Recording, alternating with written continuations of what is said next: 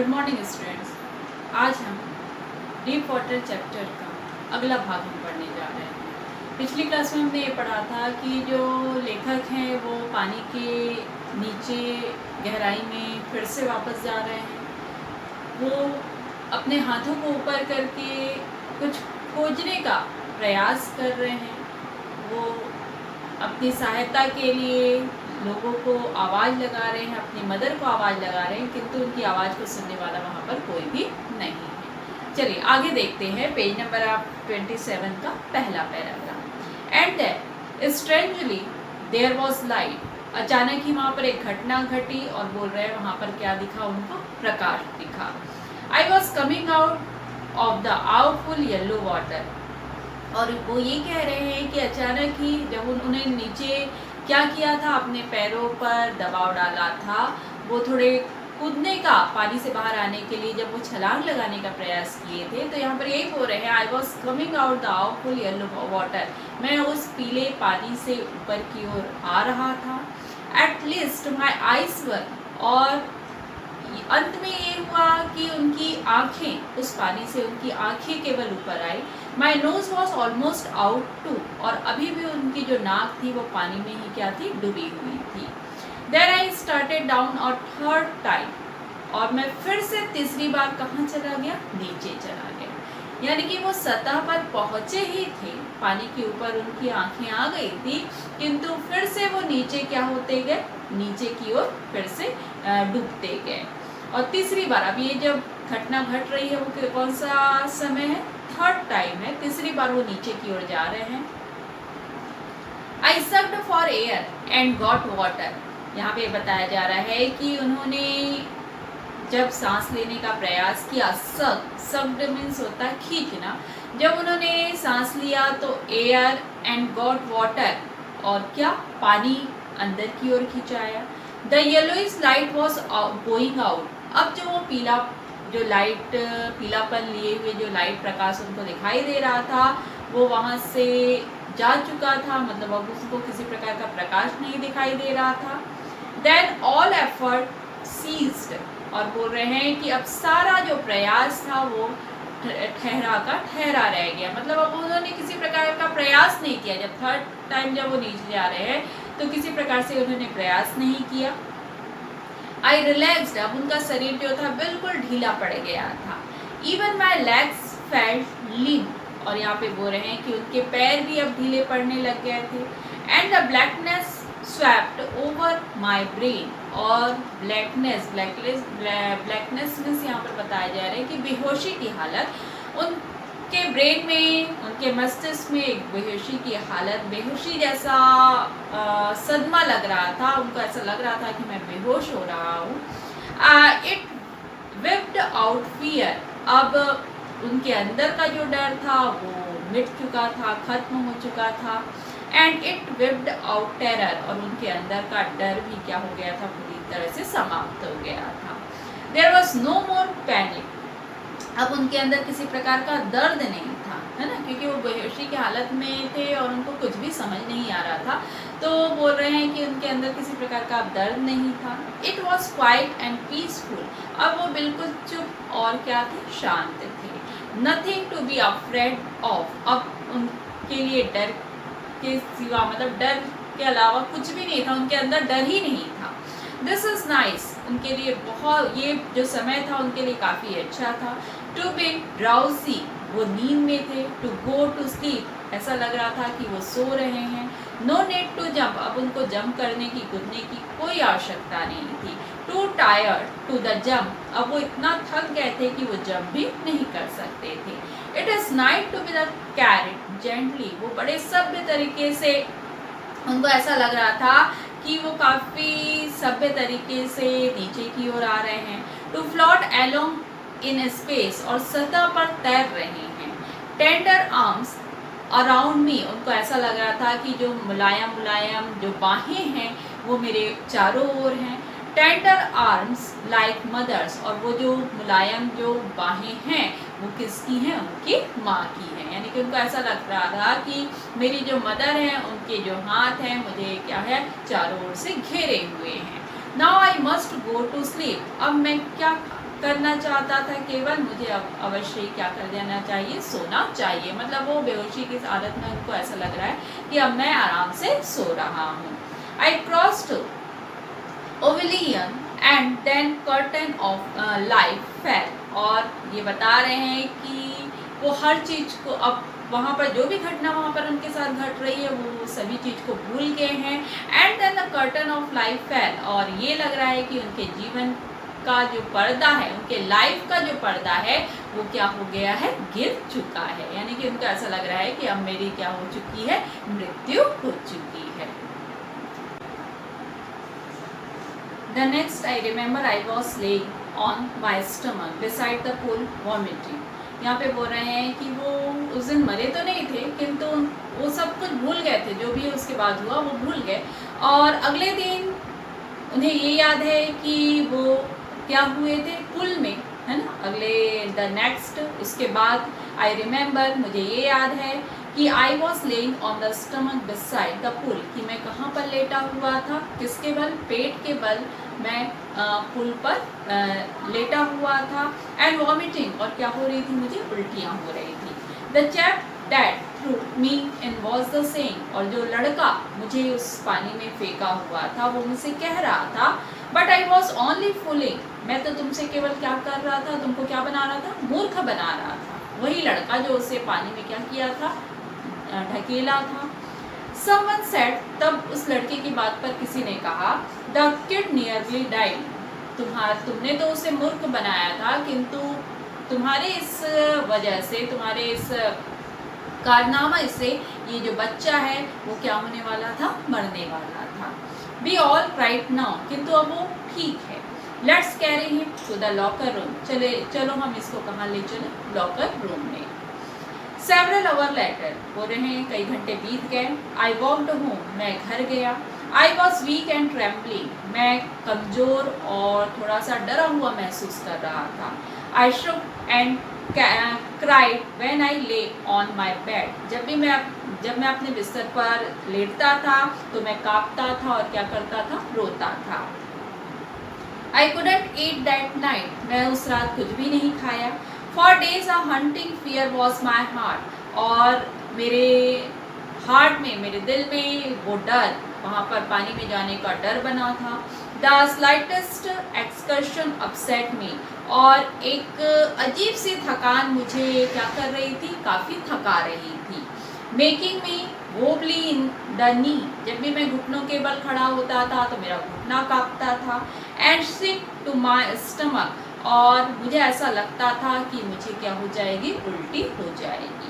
I never went back to pool, मैं फिर से वापस पुल नहीं गया। I feared water, मुझे पानी से काफ़ी डर लग रहा था। I avoided it whenever I could, और जब भी मैं पानी की ओर जाता था तो इस चीज़ को मैं क्या करता था, avoid. A few years later when I came to know the water of the cascade, कई साल बीत गए और जब मैंने वहाँ पर झरने के बारे में जाना, I wanted to get into the dam, मैं वहाँ पर जाना चाहता था। And whenever I did, और जब भी जाने की मैंने कोशिश की, whether, जब कभी भी I was wading the Titan और bumping river, यहाँ पे बोल रहे हैं टाइटन और बम्पिंग रिवर एक नदी का नाम है, और बोल रहे हैं जब भी मैं वहाँ पर चलना चाहा, और bathing in the Warm lake of the God rock, ये भी एक गॉड रॉक में एक झील, वार्म झील जो है उसके बारे में बताया जा रहा है कि जब भी मैं वहाँ पर नहाना चाहा, the terror that had seized me on pool would come back, जो डर था वो पुनः क्या हो जाता था, वापस आ जाता था। It would take the possessions on me completely, और ये जो डर था वो मुझ पर हावी हो जाता था। My legs would become paralysed, और मेरे जो पैर थे वो क्या हो जाते थे, पैरालाइज्ड हो जाते थे, काम करना बंद कर देते थे। And ice horror would grab my heart, और भयानक जो डर था वो मेरे दिल में क्या हो जाता था, बस जाता था, मैं काफ़ी डर जाता था। This handicap stayed with me as the years rolled by, यह डर मेरे साथ कई साल तक चलता रहा। In the canoes on many lakes fishing for the landlocked salmon, यहाँ पर लैंड लॉक सैल्मन एक प्रकार की मछली का नाम है। और यहाँ पे बोल रहे हैं जब मैं छोटी नाव में क्या करता था, मैनी लेक्स पे जाकर, यानी कि मैनी झील का नाम है, तो उस झील पर जाकर जब भी मैं क्या पकड़ता था, लैंड लॉक सैल्मन एक प्रकार की मछली को जब मैं पकड़ता था। Bass fishing in New Hampshire and trout fishing on the Deschutes, ये सब जगह के नाम है ना, हैम्पशायर या डेस्ट्यूट, ये सब जगह के नाम है। और यहाँ पे बोल रहे हैं बास फिशिंग, यानी कि ये सब मछलियों के नाम है। तो ये बोल रहे हैं चाहे वो हैम्पशायर में मछली पकड़ना हो या डेस्ट्यूट्स में ट्राउट मछली पकड़ना हो, एंड मेटोलियस इन ऑर्गन, है ना, and fishing for salmon on the Columbia at the Bumping Lake in the Cascade, यानी कि किसी भी स्थान पर यदि मछली पकड़ना जब भी रहता था, वेर एवर आई वेंट, जब भी मैं कभी जाया करता था, the hunting fear of the water followed me, तो ये जो डर था वो मुझे और भी डराता था, जो डर मेरे अंदर बैठा था वो काफ़ी मुझे भयभीत करता था। And renewed my the fishing trip, और मेरे जो फिशिंग ट्रिप है, जो मछली पकड़ने का जो दिनचर्या रहता था या जो ट्रिप रहता था, सैर रहता था, वो बर्बाद हो जाता था। The deprived me of the Joy of the canoeing, boating and the swimming, और मेरी छोटी नाव में चलाने का जो शौक़ था या बोटिंग करने का जो शौक़ था या स्विमिंग करने का जो शौक़ रहता था, वो क्या नहीं हो पाता था, पूरा नहीं हो पाता था। I used every way I knew to overcome this fear, यहाँ पे बता रहे हैं कि मैंने उस डर पर काबू पाने के लिए हर तरीके को अपनाया। But I held me firmly in the grip, किंतु उस डर में मैं जकड़ता ही गया, वो डर जो था मुझे जकड़ा ही रहा था। फाइनली अंततः 1 October I decided to get the instructor, कि उसने ये 1 अक्टूबर को ये डिसाइड किया कि मैं अपने लिए एक प्रशिक्षक रखूं, एक इंस्ट्रक्टर रखूं, एंड लर्न टू स्विम, और क्या सीखूं, तैरना सीखूं। I went to the pool, मैं पुल में गया, and practice 5 day a week, और सप्ताह में 5 दिन प्रैक्टिस किया करता था। एंड अवर ईच डे, और एक दिन में क्या करता था, 1 घंटा, हर दिन 1 घंटा क्या किया करता था, प्रैक्टिस किया करता था।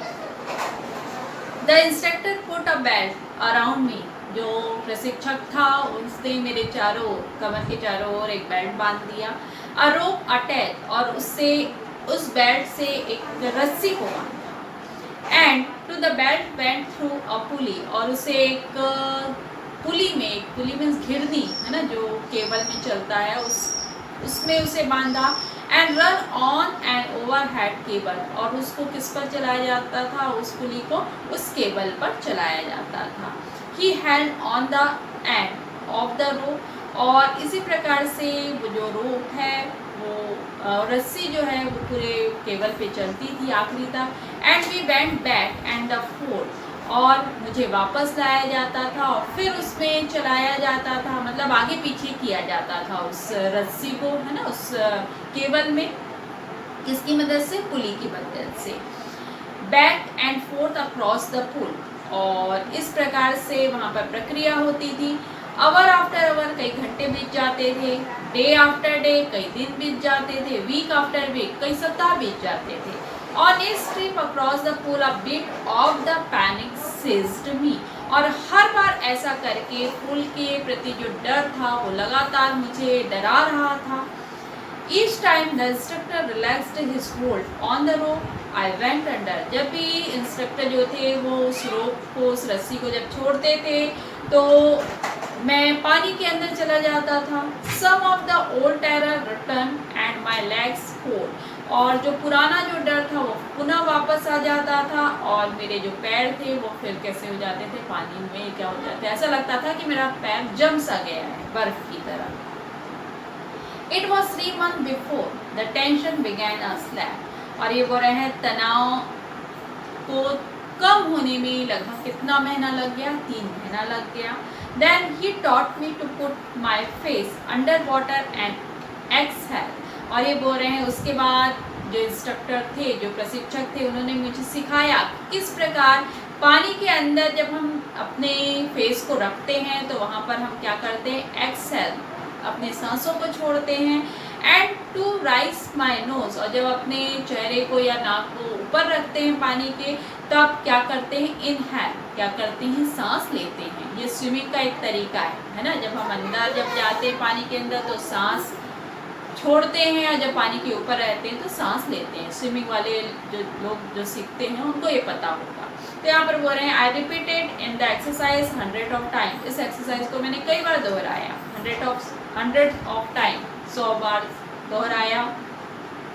Bit by bit I said part of panic, और ये जो घबराहट थी, that seized me when my head went under water, और जब भी मेरा सिर पानी के नीचे जाता था तो जो घबराहट था वो कहीं ना कहीं फिर से क्या हो जाता था, पुनः मेरे साथ आ जाता।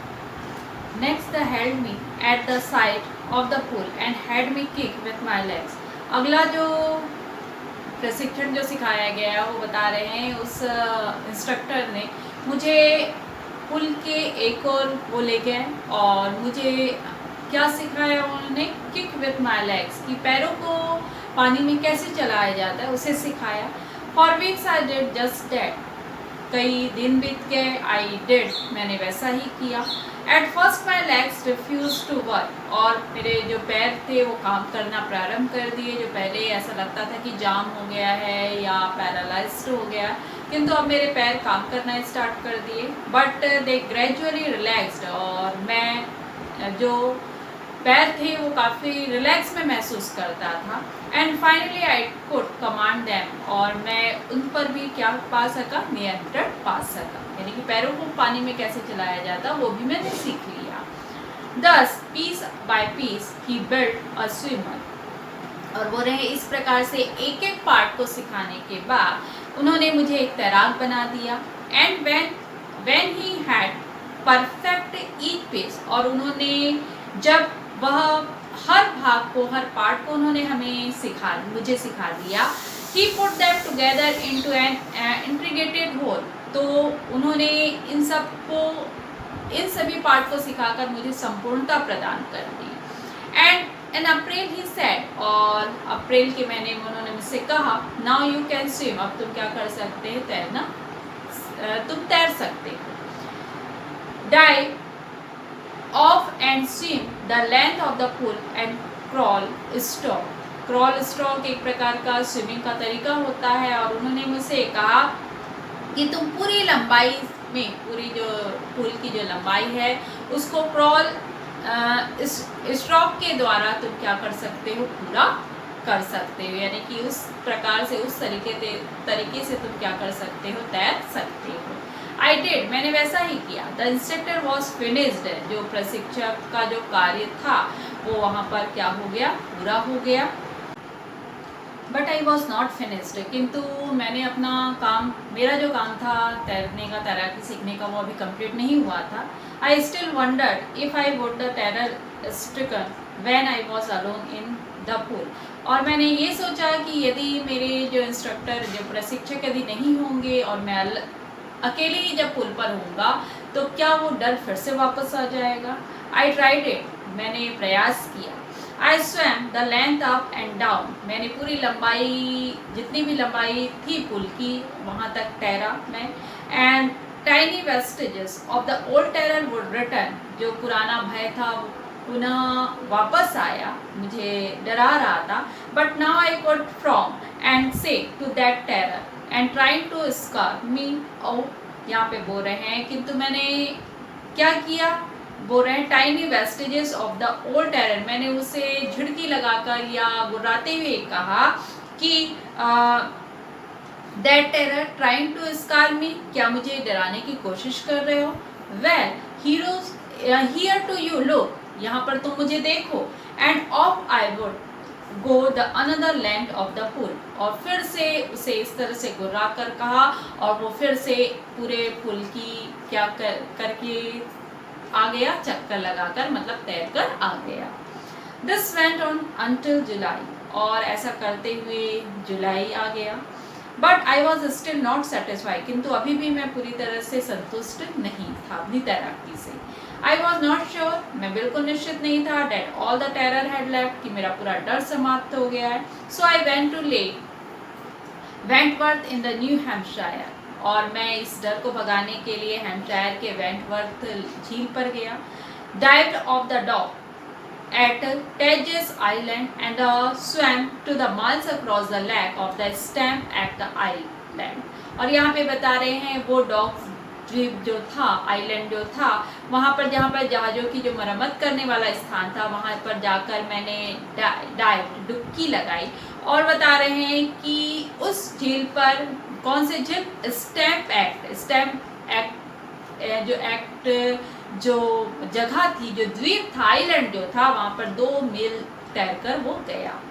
आई swam the crawl, breast stroke, side stroke and the back stroke, यानी कि उसने ये सब का प्रयोग करते, तैरने का तरीका है ना, इस तैरने के तरीकों को प्रयोग करके वो आगे की ओर तैरा. Only once did the terror return, केवल एक बार उसका डर वापस आया. When I was in the middle of the lake, जब वो झील के बीचों बीच था. I put my face under and saw nothing but bottomless water. मैंने अपने जब चेहरे को अंदर किया तो मुझे वहाँ कुछ भी नहीं दिखाई दे रहा था, और पूरे बट बॉटमलेस वाटर, यहाँ तक वहाँ सतह भी, पानी की सतह भी नहीं दिखाई दे रही थी. The old sensation returned in the miniature, यहाँ पर बता रहे हैं कि जो आंशिक जो डर का जो भावना था वो फिर से वापस आ गया.